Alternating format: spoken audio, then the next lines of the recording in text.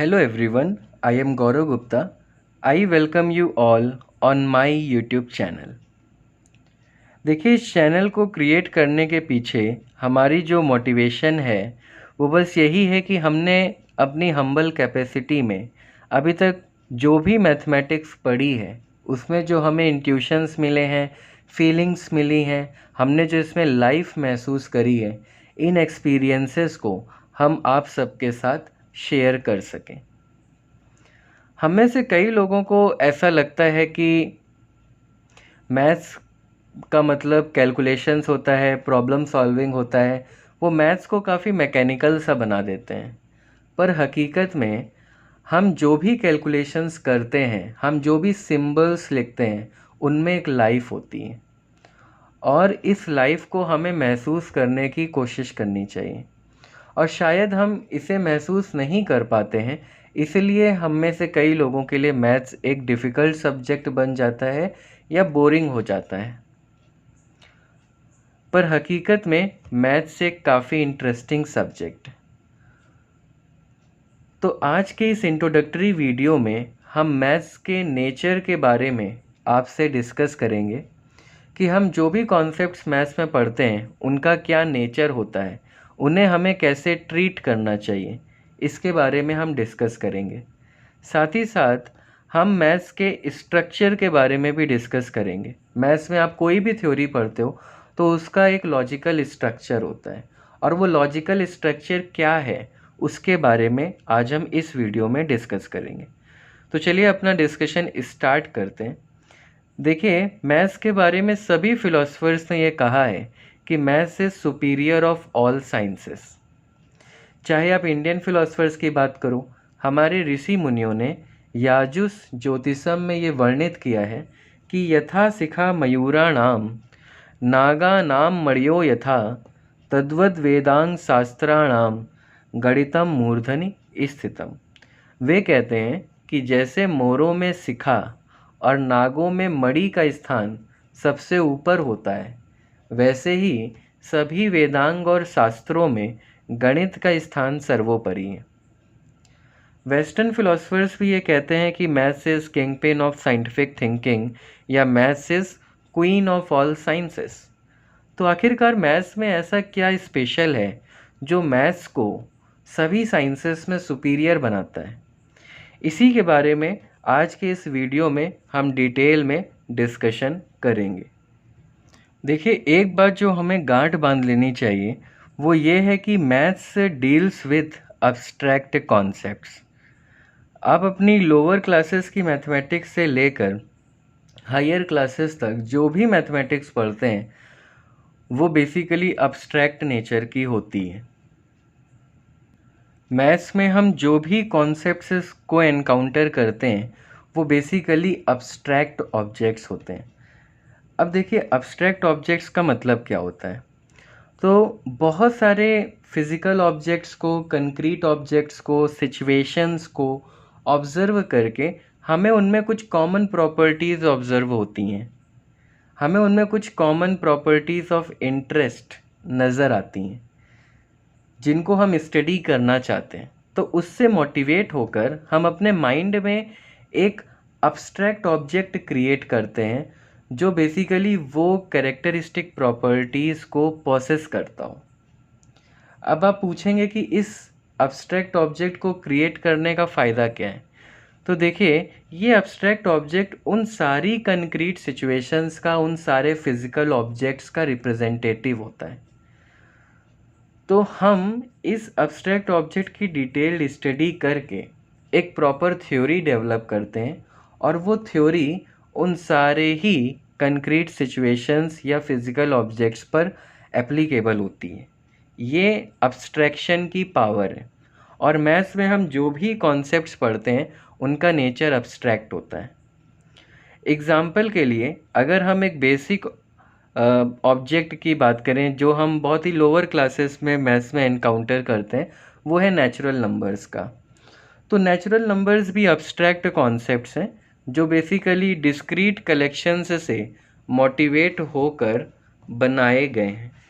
एक एग्ज़ाम्पल के लिए नेचुरल नंबर लेते हैं। सपोज़ हम 3 की बात करते हैं। तो 3 भी एक अब्स्ट्रैक्ट ऑब्जेक्ट है। देखिए ऐसे बहुत सारे डिस्क्रीट कलेक्शंस से हम रियल लाइफ में एनकाउंटर करते हैं जिनमें 3नेस की प्रॉपर्टी होती है। एग्जाम्पल के लिए आप 3 पेंसिल्स की बात कर सकते हैं। ऐसे ही हम और भी कलेक्शंस सोच सकते हैं, लाइक आपने कहीं पर 3 ट्रीज़ एक साथ देखे होंगे, तो इनमें भी 3नेस की प्रॉपर्टी है। आपने 3 बॉक्सेस देखे होंगे, तो इन सारे ही डिस्क्रीट कलेक्शंस में आपको 3नेस की एक प्रॉपर्टी कॉमन नज़र आ रही है। आप इसमें देख पा रहे हो कि कोई एक ऑब्जेक्ट को रिपीटेडली रख कर ये कलेक्शंस बनाए गए हैं। लाइक इसमें एक पेंसिल को रिपीटेडली रख कर ये कलेक्शन बनाया गया है। इसमें एक ट्री बार बार हमें दिखाई दे रहा है और इसमें एक बॉक्स को बार बार रख कर ये कलेक्शन बनाया गया है। तो ऐसे डिस्क्रीट कलेक्शंस जो एक पर्टिकुलर ऑब्जेक्ट के रिपीटिशन से बनते हैं, उन्हें उनसे मोटिवेट होकर हम नेचुरल नंबर्स का कॉन्सेप्ट डिज़ाइन करते हैं। देखिए इस ऑब्जेक्ट को जो बार बार रिपीट हो रहा है और कलेक्शन बना रहा है उसे हम यूनिट कहते हैं। और जो भी हम नेचुरल नंबर्स डिफ़ाइन करते हैं उसमें यूनिट का बेसिक नोशन छुपा होता है। लाइक अगर हम 3 की बात करें तो 3 को आप अपने माइंड में 3 यूनिट्स से विजुलाइज कर सकते हो। अब यहाँ पे यूनिट कोई भी ऑब्जेक्ट हो सकता है, यूनिट एक जनरल वर्ड है और 3 यूनिट्स हमने इन डिफरेंट कलेक्शंस के लिए बनाए एक अब्स्ट्रैक्ट कॉन्सेप्ट है।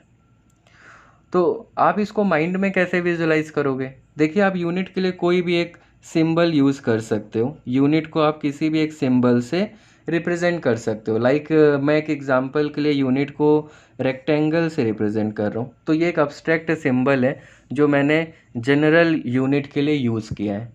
तो अगर आपको 4 को विजुलाइज करना है, सपोज नेचुरल नंबर 4 को, तो अपने माइंड में इन 4 बॉक्सेस को आप क्रिएट कर सकते हो। तो 4 बॉक्सेस 4 नहीं है, पर बॉक्स यूनिट को इन जनरली रिप्रेजेंट कर रहा है।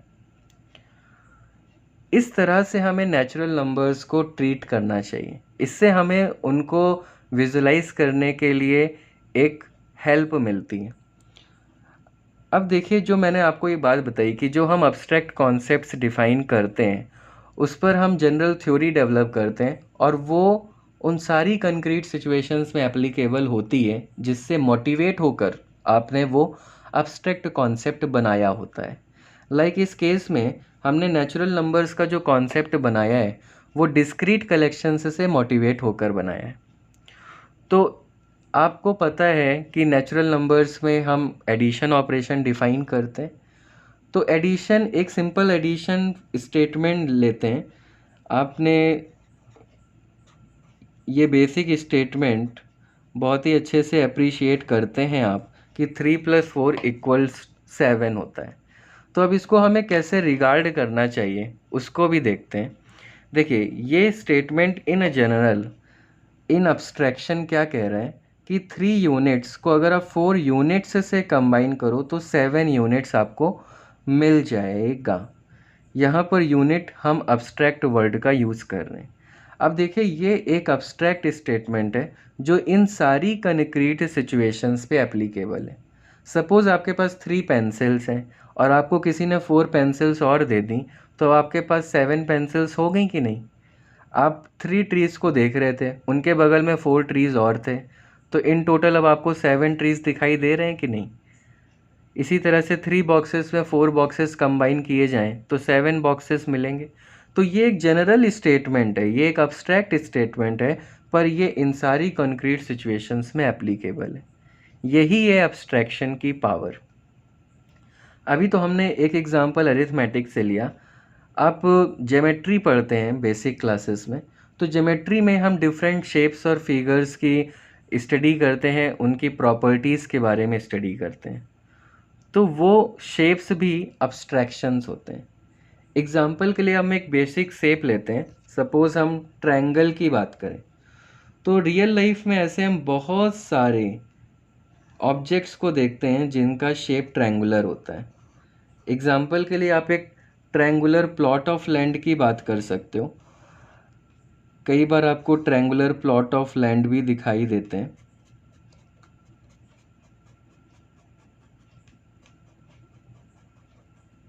इसी तरह से और भी बहुत सारे ऐसे ऑब्जेक्ट्स हैं जिनमें हमें ट्रायंगल शेप विजुलाइज होता है। ऐसे हम बहुत सारे ऑब्जेक्ट्स देखते हैं जिनका ट्रायंगुलर क्रॉस सेक्शन होता है। एग्जाम्पल के लिए आप प्रिज्म की बात कर सकते हो। फिज़िक्स में हम प्रिज्म की स्टडी करते हैं, उसमें भी ट्रायंगुलर क्रॉस सेक्शन होता है उस सॉलिड का।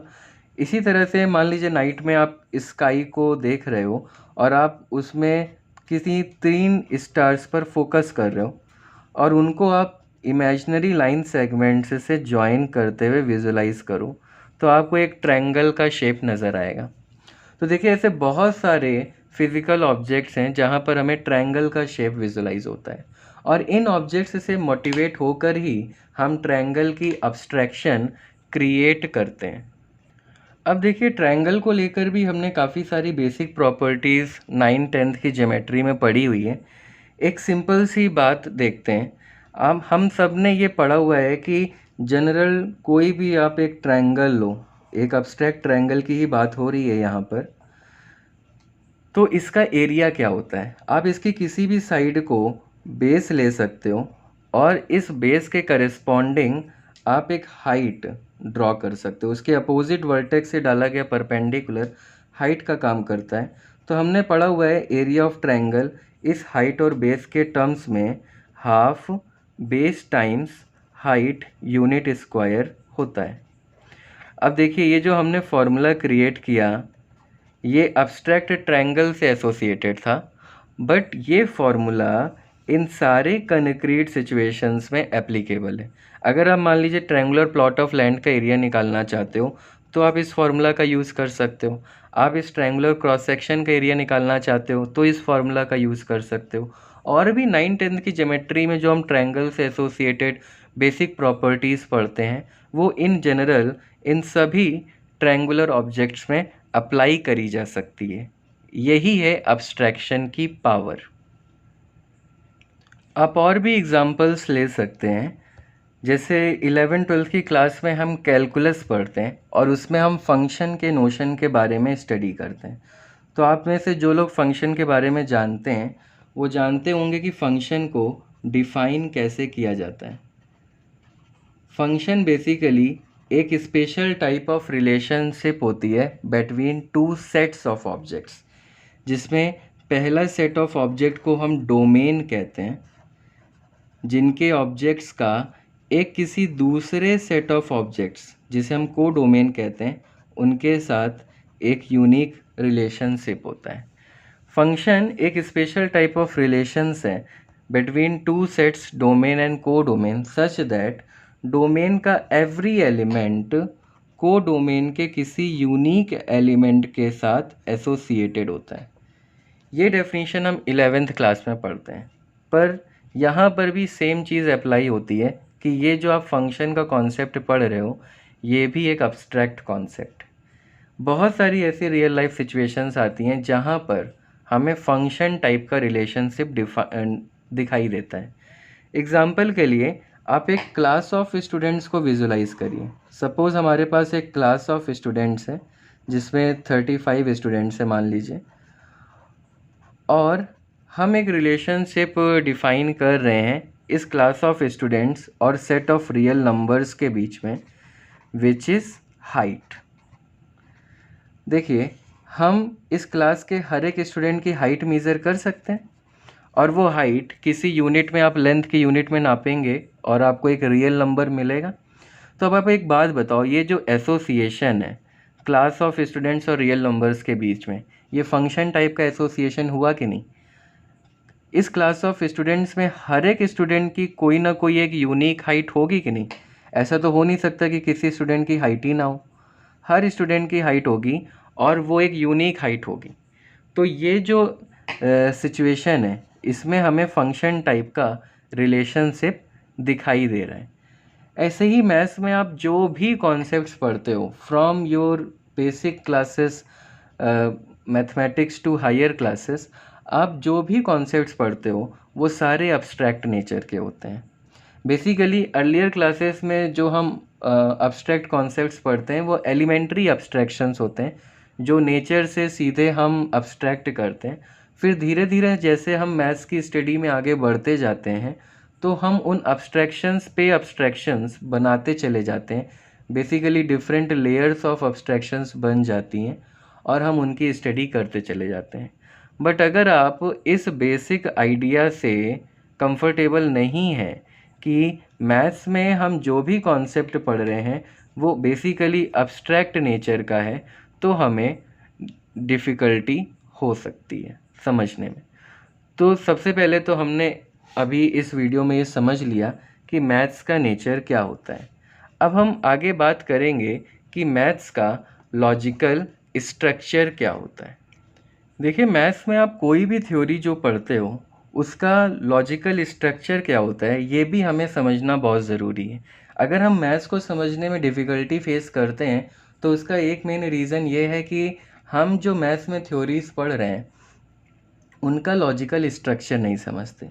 देखिए, मैथ्स में आप कोई भी थ्योरी जो स्टार्ट करते हो पढ़ना, वो स्टार्ट होती है कुछ डेफिनीशंस से प्लस एक्सियोम्स से, जिन्हें हम डिफ़ाइन करते हैं पहले, और इन डेफिनीशंस और एक्सियोम्स के आधार पर हम बहुत सारी थ्योरम्स को डिराइव करते हैं और ये डेफिनीशंस, एक्सियोम्स और ये थ्योरम्स मिलकर एक थ्योरी बनाते हैं। तो चलिए हम ये समझते हैं कि डेफिनीशंस, एक्सियोम्स और ये थ्योरम्स होती क्या है।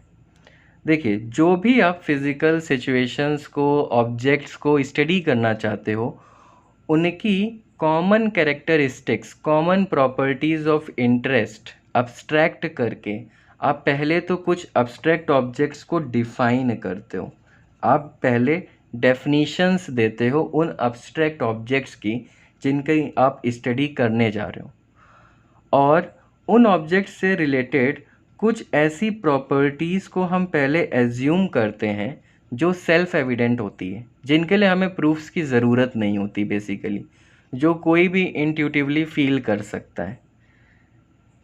तो इन दोनों चीज़ों से, डेफिनीशंस और एक्सियोम्स से, हम थ्योरम्स को कंक्लूड करते हैं। थ्योरम्स को हम कैसे कंक्लूड करते हैं?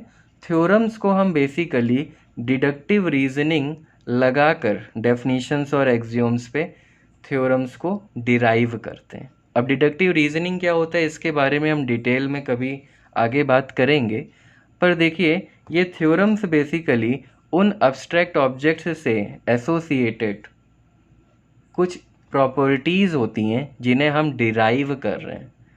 कैसे डिराइव कर रहे हैं? इन एक्सियोम्स का, जो हमने बेसिक प्रॉपर्टीज़ एज्यूम करके चली है और जो हमने कॉमन कैरेक्टरिस्टिक्स लेकर अब्स्ट्रैक्ट ऑब्जेक्ट्स को डिफ़ाइन किया है, इनके आधार पर हम फिर फर्दर बहुत सारी प्रॉपर्टीज़ डिराइव करते हैं और इस तरह से हमारी एक थ्योरी कंप्लीट होती है। तो ये थ्योरी बेसिकली उस अब्स्ट्रैक्ट ऑब्जेक्ट की डिटेल्ड स्टडी होती है जो हमने क्रिएट किया है, और ये थ्योरी उन सारी कंक्रीट सिचुएशंस में एप्लीकेबल होती है जिनसे मोटिवेट होकर आपने उस अब्स्ट्रैक्ट ऑब्जेक्ट को डिज़ाइन किया है। इसका एक बहुत क्लासिक एग्जांपल है, आप सभी यूक्लिड के नाम से फेमिलियर हैं। यूक्लिड एक फेमस ग्रीक ज्योमेटर थे। इन्होंने कुछ डेफिनीशंस और एक्सियोम्स को ज्योमेट्री में बेसिक मानकर 465 थ्योरम्स डिराइव करी थी। तो आप देखो कितना बड़ा अमाउंट है। मीन्स इन्होंने कुछ बेसिक शेप्स को डिफ़ाइन करके और उनसे एसोसिएटेड कुछ एक्सियोम्स मानकर उन शेप्स से रिलेटेड 465 प्रॉपर्टीज़, थ्योरम्स डेड्यूस करी थी, और इनकी एलिमेंट्स बुक मास्टरपीस बुक है ज्योमेट्री में। तो देखिए, मैथ्स में आप कोई भी थ्योरी पढ़ो, कोई भी ब्रांच पढ़ो मैथ्स की, उसका स्ट्रक्चर बेसिकली ये होता है। हम कुछ फिज़िकल ऑब्जेक्ट्स या कंक्रीट सिचुएशंस से मोटिवेट होकर कुछ अब्स्ट्रैक्ट ऑब्जेक्ट्स डिफ़ाइन करते हैं, जो उनमें कॉमन कैरेक्टरिस्टिक प्रॉपर्टीज़ हैं, उनके आधार पर हम ये डेफिनीशंस देते हैं, और उन अब्स्ट्रैक्ट ऑब्जेक्ट्स से एसोसिएटेड कुछ बेसिक प्रॉपर्टीज़ को हम एज्यूम करके चलते हैं जिसका प्रूफ हम नहीं करते हैं, और फिर इन दोनों का इस्तेमाल करके हम बहुत सारी properties using deductive reasoning derive करते हैं, जिन्हें हम थ्योरम्स कहते हैं। और इस तरह से हमारी एक थ्योरी कंप्लीट हो जाती है जो उन सारी कंक्रीट सिचुएशंस में एप्लीकेबल होती है। ऐसा मैथ्स में हर ब्रांच में होता है।